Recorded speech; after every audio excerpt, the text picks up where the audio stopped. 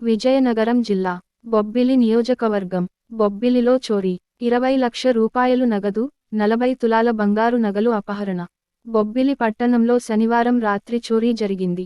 పట్టణంలో సాయికృష్ణ జ్యువెలరీ నగలు షాపు యజమాని గ్రంథి రవి మహా కుంభమేళాకు వెళ్లేందుకు శనివారం సాయంత్రం విశాఖ బంధువులు ఇంటికి కుటుంబ సమేతంగా వెళ్లారు. ఇంటిలో ఎవరు లేకపోవడంతో శనివారం రాత్రి గుర్తు తెలియని దుండగులు ఇంటి తాళాలు పగలగొట్టి ఇంటిలోకి వెళ్లి ఇంటిలో ఉన్న 20 లక్షల నగదు 40 తులాల బంగారు నగలను అపహరించుకుపోయారు.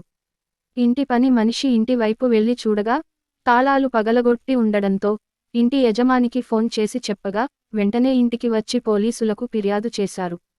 దీంతో డీఎస్పీ భవ్యరెడ్డి, పట్టణ సిఐ సతీష్ కుమార్ సంఘటన స్థలానికి వెళ్లి పరిశీలించారు. విజయనగరం నుంచి క్లూస్ టీం వచ్చి ఆధారాలు సేకరించారు. సమగ్ర దర్యాప్తు చేసి నిందితులను పట్టుకుంటామని డీఎస్పీ భవ్యరెడ్డి చెప్పారు.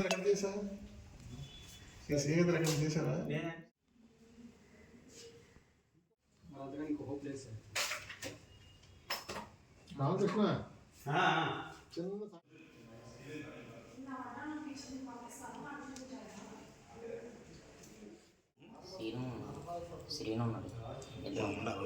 కొద్దిసేపు ఉంటే అందరూ ఉండాలి. నేను ఫోన్ చేస్తున్న ఎక్కడలో ఫోను ఇదేంటో ఫోన్ వచ్చినా సరే గౌరీ